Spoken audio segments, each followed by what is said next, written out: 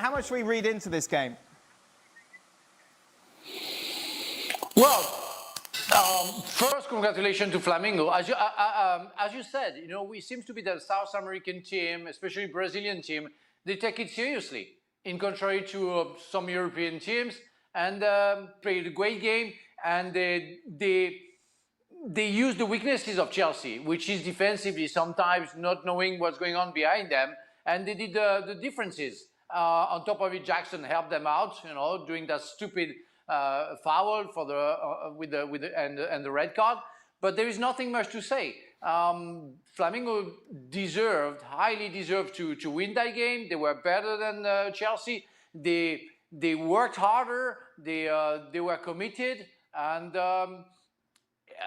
Chelsea is finished fourth in the Premier League. Yes, but we all know there are sometimes some stuff which doesn't work with Chelsea because they're still a young team, and today they lost it. They lost it mentally.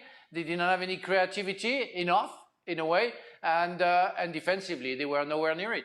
Chelsea finished fourth in a very average Premier League, and you know that, it's very average Premier League. I mean, Liverpool had the league won by January. City were terrible, and Arsenal fell over themselves. Yeah, I mean, it's going to... Look, let me put it one way, and somebody has to tell the people that are doing commentaries in these games, right? Somebody has to get in their thick skulls. The South Americans take it seriously, and the only serious team, the only team that take it serious from the Europeans are Real Madrid, right? Paris Saint-Germain lost to Botafogo. Paris Saint-Germain, it's less than 3 weeks since they won the Champions League final. 5-0 against Inter. A proper match. A proper team who turned up on that day and wiped the floor with one of the best defensive teams in Europe. That's elite level football. This is kid stuff. But having said that, looking at that Chelsea starting 11, yeah, but I'm not dwelling on today. I'm just dwelling on Chelsea overall as we look ahead to start the new season. It's very blur. You look at that Chelsea, and if I'm a Chelsea fan, and Frank rightly says, obviously, they finished fourth in the Champions League and the FU from Enzo and all this sort of stuff. Yeah. But if I'm a Chelsea fan, what am I excited about at the start of the season? What am I hanging my hat on that we are going to see big improvements from this side? Liam Delap? When it's right, we've got to watch Chelsea. Right. And as a Chelsea supporter, surely, in your heart of hearts, you know you don't want to be paying a season ticket to watch what they saw last absolutely. season. And which is what you're using this tournament, albeit you could package it as a pre-season friendly or friendlies for so many European clubs, but you want to see a spark of what's to come. And to your point, there's not a whole lot to hang your hat on, because let's be honest, Flamengo is the better football, played all the football in this game. In Chelsea's defence, I thought Delap and Neto, nice partnership, but again, nice, nothing really to... Palmer lost on the right. Between Delap and Nicholas Jackson for that striking position, and then pre-season friendly or not, you cannot, your position's under threat, you cannot do that. What do you do with him, Chef? The first half of last season, they were really good. And then, along with Man City, it went... The cliff just came along, and they finished in the top four because the Villas and the others sort of fell over themselves and came with a late run, and it was too late. He can have as bad a Club World Cup as he wants, Enzo Maresca, right? And we'll sit here and we'll talk about it. And if they go home with their tail between the legs, so be it. He will be hired and fired and judged on how they do in the Premier League, the cup competitions, particularly the Premier League and the Champions League. Speaking of Chelsea, they were beaten 3-1 by Brazilian side Flamengo at the Club World Cup as Nicholas Jackson was shown a red card 4 minutes after coming off the bench. Enzo Maresca's side appeared to be in control of the game after taking the lead, but substitute Bruno Henrique's second-half equaliser sparked a collapse. Chelsea took the lead in the first half through Pedro Neto, but after the break, Flamengo were level thanks to Henrique. Chelsea then fell behind just 3 minutes later through Danilo before Jackson was sent off and Wallace Yan scored Flamengo's third. So a damaging defeat for Chelsea. Nicholas Jackson's poor return in 2025 continues. This calendar year, the striker has more cards than goals for Chelsea. Doesn't excuse the rest of the Chelsea side just collapsing as they did in the space of 6 minutes.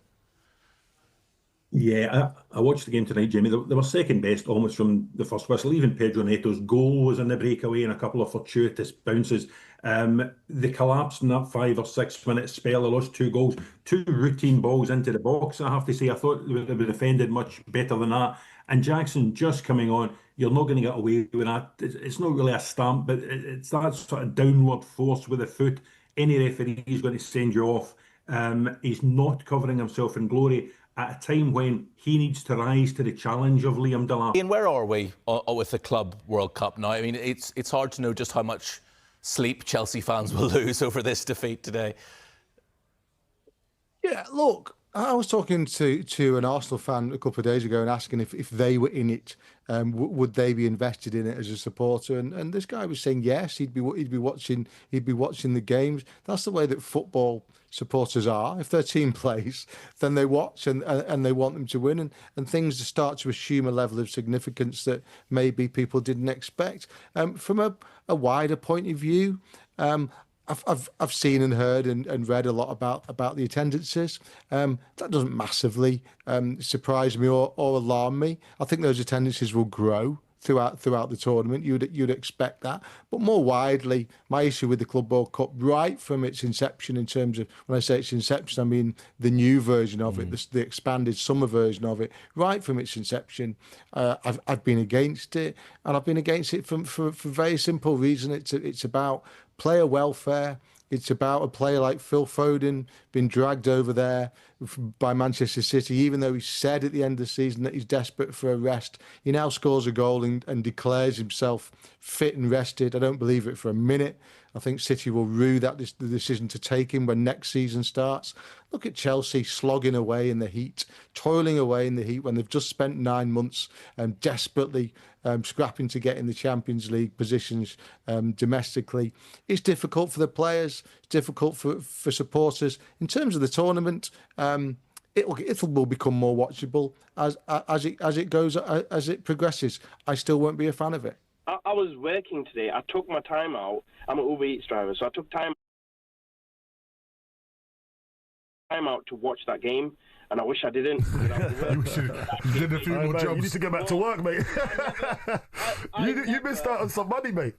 Mate, I said to my missus today, I've been in a relationship longer than anyone with Chelsea, right? So I'll always put Chelsea first. But they're putting me to sleep, man. I'm tired. Good for parts of the first half, just completely throwing the towel in the second. Flamengo then with a 3-1 victory.